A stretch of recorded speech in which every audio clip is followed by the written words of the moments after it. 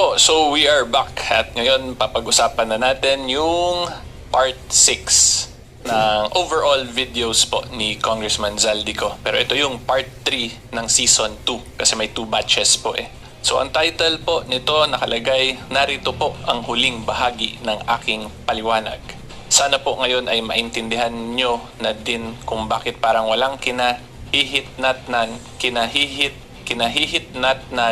Okay, medyo magulo yun ang mga investigasyon na ginagawa ng Kongreso, particular na sa issue ng sibuyas at mas importante sa issue ng pagtaas ng presyo ng bigas. Kahit na ang gusto ng Kongreso ay pababain ng presyo, hindi ito magawa dahil kontrolado ito ng makapangyarihang tao. Nakakalungkot na pati ba naman ang bigas na pagkain ng mga Pilipino, pinagkakitaan pa, ninegosyo pa. Okay, so aabot na po tayo sa Department of Agriculture, it appears, kasi sibuyas at bigas na po yung binabanggit dito ni Congressman Zaldico, hindi lang flood control. So, as usual po, this is still in the Facebook page of Congressman Zaldico. Ayan, 670,000 followers with the Meta verified check badge, rep.zaldico yung name, and then facebook.com/repzaldico. So again, for the Filipino or for the foreigners na nasa labas ng Pilipinas na hindi po ito ma-access, most likely naka-restricted po itong account niya to those who are located lang po sa Pilipinas. And then may kita rin po natin dito, nandito na rin yung letter na binanggit niya dun sa part 5 video niya na pinadala daw niya kay PBBM. But we will start first with the video. Ito muna yung panoorin natin. At before po tayo mag-start, magbigay lang din ako ng comment. Kung makita po ninyo, 83,000 na lang po yung engagement nito compared dun sa previous na nasa 55,000 na nga lang pala yung part 5 na engagement. Tapos yung mga previews yun, mas madami talaga yung previews na sa 100,000 plus. So anyway, yung point ko lang po, kaya ako ina-emphasize yung engagement because it appears now na mukhang hindi na masyado interested po yung taong bayan regarding this. Kasi alam na rin naman po natin talaga kung ano yung pinaka-main point dito ni Congressman Zaldico. He is pinpointing that the mastermind po dun sa mga corruption issues ay si PBBM. Yun po yung pinipinpoint niya. And then dito sa latest niya, napunta na sa sibuyas at bigas.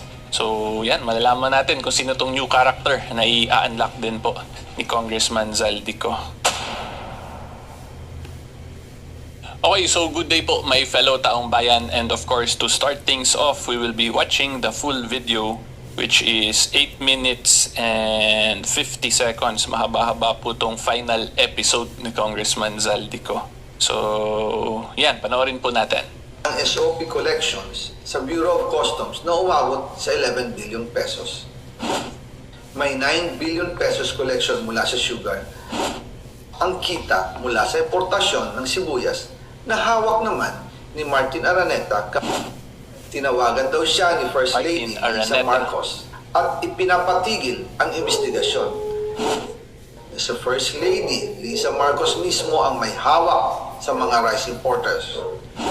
Yan yung mga bagong characters guys. Sa dami ng SOP at remittance na ipinapasa sa bawat transaksyon. Ang pinakamakapangyarihang pamilya pa mismo ang sangkot sa ganitong sistema. Part 3, the final episode. Ngayon naman po, tungkol sa kampanya nitong 2025 elections, nagkwento sa akin si dating Speaker Martin Romualdez, kinausap daw siya ni PBBM sa Tacloban para tumulong sa gastusin ng mga kandidato mula national hanggang local candidates. Ang sagot ni Speaker, naibigay na niya ang SOP collections sa Bureau of Customs na umabot sa 11 billion pesos. Dagdag pa dyan, may 9 billion pesos collection mula sa sugar na ayon mismo sa kanya ay pinaghahatian lang ng 5 kumpanya para makontrol nila ang presyo ng asukal sa merkado. So wait, comment muna tayo guys. Kung makita po ninyo, di ba, umabot na sa sugar. Yung sa caption niya dito, bigas and sibuyas, pero dito sa video niya, pati sugar, nadadamay na. So yung point ko lang po, halos lahat, di ba, or ang dami po basically government offices na may alleged corruption issue, hindi lang po sa DPWH or sa mga insertion sa flood control na yan, pati rin dito sa sugar na rin. So yan po, ang dami po talagang problema ng bansa natin na Anyway, di ko po alam kung paano rin talaga masosolve yun because it will really need a lot of sincere and dedicated Filipino people na magtatrabaho sa government na yung layunin to work there is for public service, genuine public service. Pero sa dami nga po ng government offices natin, mahirap talaga maayos yun lahat. But of course, the more good and deserving, qualified and dedicated and truly passionate po na member ng taong bayan na magtrabaho sa gobyerno, ay sa tingin ko naman dahan-dahan maayos yung system natin. Hindi siya magiging super bilis, but again, the more people na matino magtrabaho, then our government will hopefully fix itself or heal itself slowly then. Pero sa tingin ko po, malayo pa talaga tayo doon. 'Di ba? Kasi mahirap po Like, I'll be completely honest with all of you. Kung magtrabaho ka po kasi sa government, you will become honest and sincere na wala kang mga racket, kickbacks. Medyo mahirap po kasi maliit yung income compared sa private sector na, let's say, mag-private practice ka. Like in my case po, in my position now as a private lawyer, private practicing lawyer who makes content on the side, yung income ko po financially ngayon, nasusustain or it's more than enough for me and my family. Okay naman kami, happy kami with what I am being able to generate and provide for my family.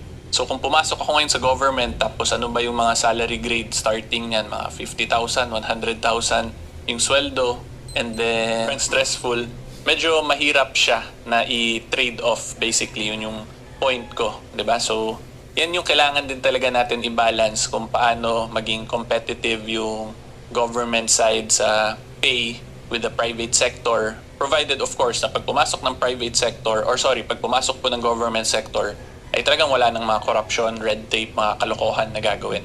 Diba? So yan po yung dilemma. And ako on my part, para lang meron pa rin akong sense of public service to my fellow taong bayan, to the Filipino people, yun yung tingin kong ginagawa ko via dito sa content ko, 'di ba? I share my legal wisdom, my konting legal wisdom to all of you po, my fellow taong bayan, para at least mas maging aware kayo kung ano yung mga proper interpretation ng mga batas sa mga current events or current issues po ng bansa natin. Yun yung parang way ko na lang of giving back kahit hindi ako pumapasok in government service at present.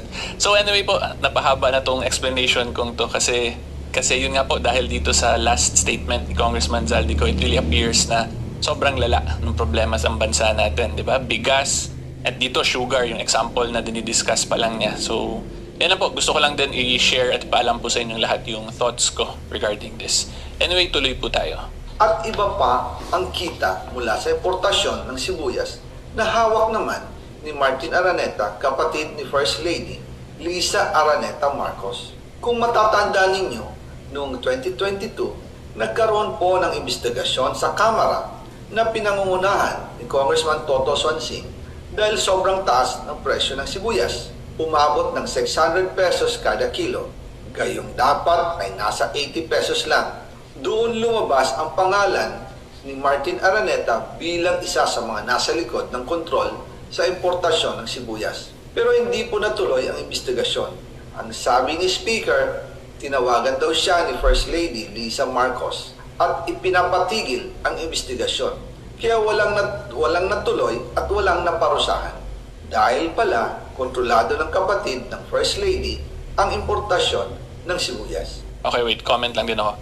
Actually, para mapanagot, hindi naman required talaga na via congressional inquiries lang or congressional investigations. Kasi yung investigation in Congress, theoretically, that's supposed to be para lang gumawa sila ng batas. Kaya nga po, in aid of legislation yung tawag dyan.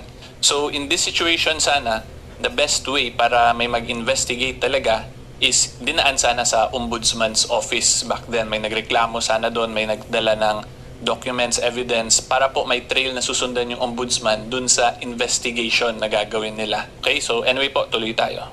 Ganito rin po ang nangyari sa bigas. Noong April 2023, nagsimula ng tumaas ang presyo ng bigas. Kaya iminungkahi ko kay Speaker Martin Romualdez na kung pwede ay mag-angkat tayo ng 13 million metric tons para sa buong taon.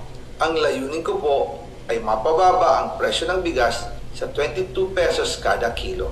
Pero hindi po ito inaprubahan ng Pangulo noong sila ay nasa Clark.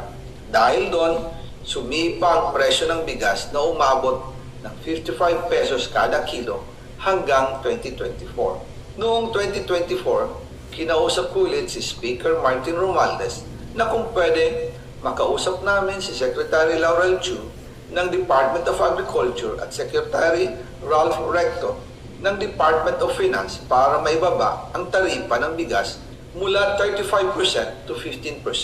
Sinabi ko kay Speaker Martin Romualdez na kung pababayaan natin ang patuloy ng pagtaas ng presyo ng bigas at umabot ito sa 60 pesos kada kilo, siguradong magagalit na ang taong bayan. Posibleng magrevolusyon na ang mga tao at tiyak na maapektuhan dito ang mga kandidato ng administrasyon sa 2025 elections. Okay, so may sasabihin dapat ako tungkol kay Congressman Zaldico kasi parang yung kwento po niya siya yung naglabas, di ba? So parang siya yung superhero. Pero mamaya ko na lang po i-reserve yung personal thoughts ko talaga tungkol dito kay Congressman Zaldico in relation po sa lahat ng mga videos niya so far. So anyway, tuloy muna tayo. Isa sa mga patunay na hindi na masaya ang taong bayan ay ang pagbaba ng approval rating ng Pangulo noong panahon na iyon dahil sobrang taas ng presyo ng bigas. Nangyari po ang meeting at halos inaabot kami hanggang alas 2 ng umaga, nakikiusap, nagpapaliwanag. Buti na lang, matapos ang matagal na negosasyon, pumayag din sila. At di nagtagal, inanunsyo na rin sa publiko na ibaba ang ng buwis sa bigas. Ngunit matapos ang 4 hanggang kaya imunungkahi ko kay Speaker Romualdez na magpatawag ng investigasyon tungkol sa bigas sa pamamagitan ng Quinta Committee hearings. Habang iniimbestiga nito ng Quinta Committee na pinamumunuan ni Congressman Joey Salceda, bigla na lang itong pinahinto ni Secretary Kiko Laurel Chu matapos niyang ipakita ang isang confidential report. Nakasaad dito na sa First Lady Lisa Marcos mismo ang may hawak sa mga rice importers. Ayon kay Secretary Laurel, maaapektuhan daw ang First Lady kung itutuloy ang investigasyon dahil kasama raw nila sa Vietnam visit ang ilang importer ng bigas at nag-dinner pa raw sila roon. At noong araw din yun, tumawag si Congressman Sandro Marcos kay Speaker Romualdez upang ipatigil ang House investigations tungkol sa bigas as instructed ng Pangulo. Magkasama kami ni Speaker Martin Romualdez nang tumawag si Congressman Sandro Marcos. Dumating din si Secretary Laurel Chu sa Manila Polo Townhouse at doon siya pinagalitan ni Speaker dahil inilabas niya ang confidential report na nagdidiin sa First Lady sa issue ng rice smuggling. Humihingi ng paumanhin si Secretary Laurel Chu at sinabi niyang, pasensya na, masyado akong naive. Doon namin naintindihan kung bakit kahit ibinaba na ang import tax ng bigas mula 35% to 15% ay hindi pa rin bumababa ang presyo sa merkado dahil pala sa dami ng SOP at remittance na ipinapasa sa bawat transaksyon. Dagdag pa po, maraming importers ng isda ang nagre-reklamo dahil kontrolado ito ng kaunting kumpanya lamang. Wala naman daw tax sa importation tuwing lean season, pero kahit ganoon, hindi pa rin sila nabibigyan ng permit to import. Ang mga kaunting kumpanya na ito lang ang nabibigyang permit to import. Dahil dito, kontrolado din ang presyo ng isda. At ito din ang dahilan kung bakit mataas ang presyo ng galunggong. Mga kababayan, hindi dapat naghihirap ang Pilipinas. Hindi dapat ganito kamahal ang mga pangunahing bilihin tulad ng bigas. At higit sa lahat, hindi dapat nagugutom ang mga Pilipino. Wala silang malasakit sa taong bayan, lalo na sa mga mahihirap. Inaabuso ang kapangyarihan, nagiging negosyo ang pera ng taong bayan. Masakit man tanggapin, pero ito ang katotohanan. Ang pinakamakapangyarihang pamilya pa mismo ang sangkot sa ganitong sistema. Mula sa Pangulo, First Lady, hanggang sa anak, sila mismo ang nagtatakda, kumukontrol, at nakikinabang sa mga transaksyon dapat sanay para sa kapakanan ng sambayanan.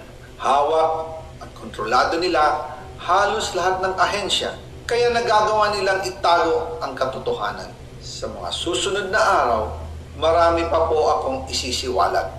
Maraming salamat sa inyong oras at patuloy na pag-unawa. Naway, Magising tayo sa katotohanan at sama-sama nating hanapin ang hustisya para sa bayan. Diyos mabalos po sa Indugabos. Ang SOP collection.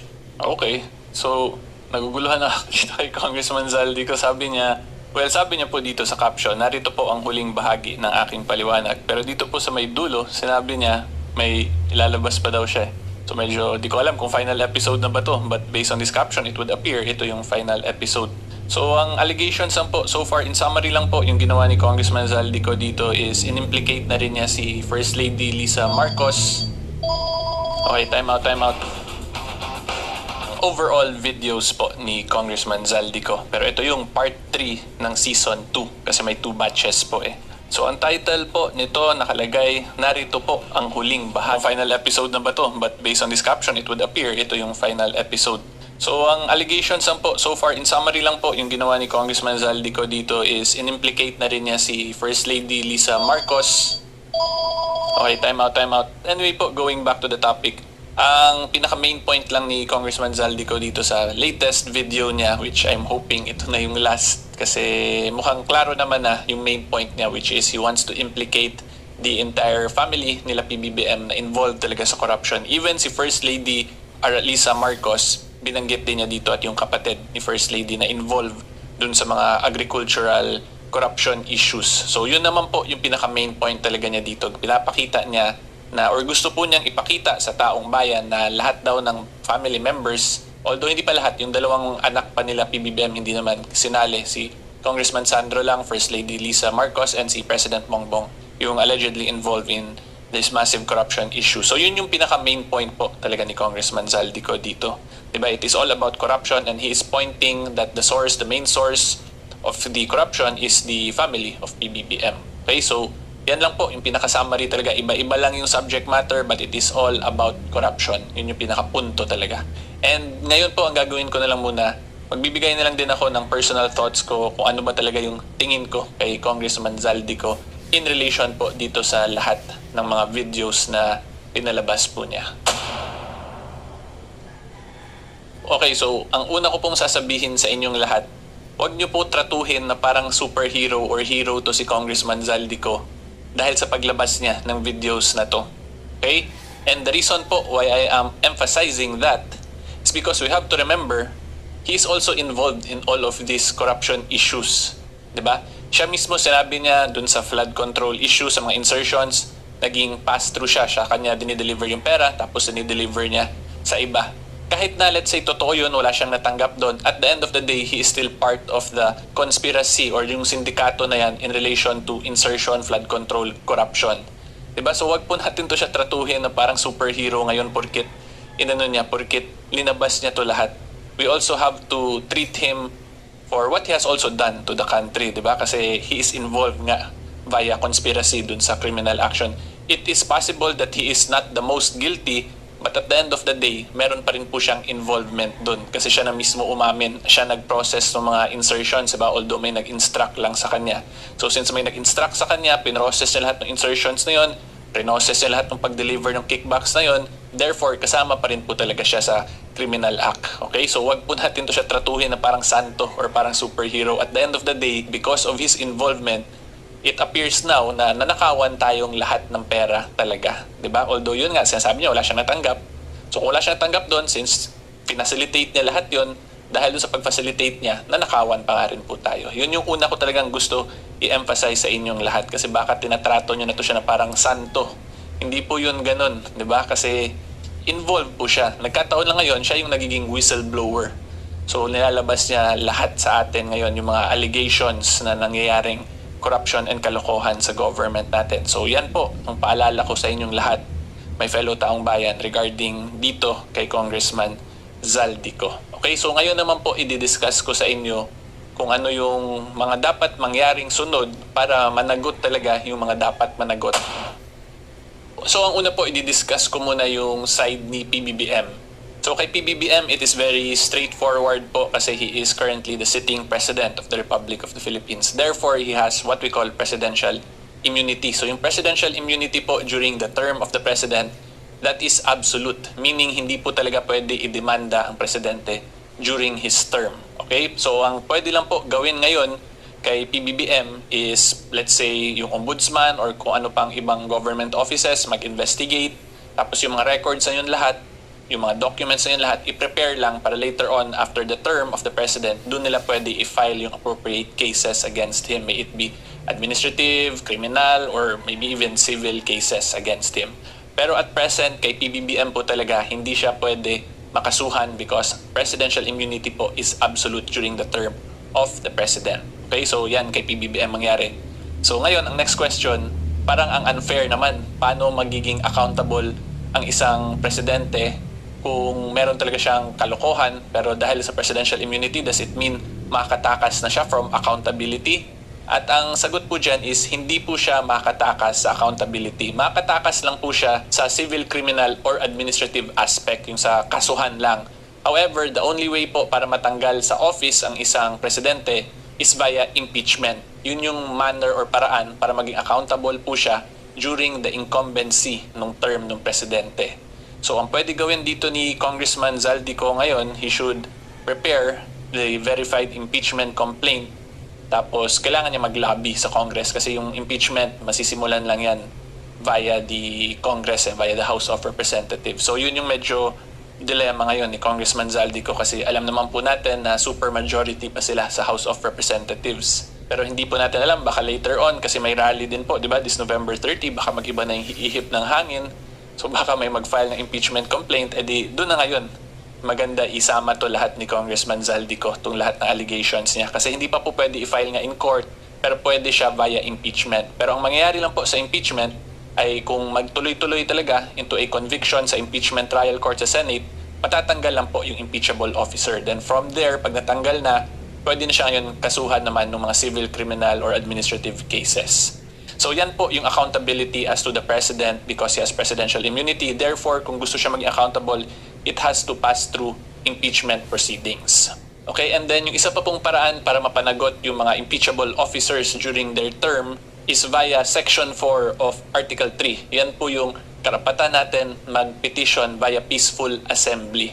Diba? Kasi kung mag-petition tayo ng ganon, tapos hindi natin alam, baka biglang pagbigyan nung pinipetition natin. Diba? Kung sinasabi natin na mag-resign, ganyan, hindi natin alam, baka biglang mag-resign. So that is also possible via the right natin to peaceful assembly. Yung pag-petition po ng grievances natin via peaceful assembly sa government. Okay, so yan yung actually people power na ngayon. That is the legitimate way to exercise people power. Okay, so i-rephrase ko lang po, meron pong dalawang paraan para maging accountable ang isang impeachable officer, especially that of the president, is via impeachment proceedings or via people power po dun sa pag-petition peacefully. Okay, so yan po yung dalawang paraan. And then dun naman po sa mga pinangalanan ni Congressman Zaldico, like sila Congressman Sandro Marcos, and then yung undersecretaries, yung mga secretaries ng department, yun sila wala po silang immunity.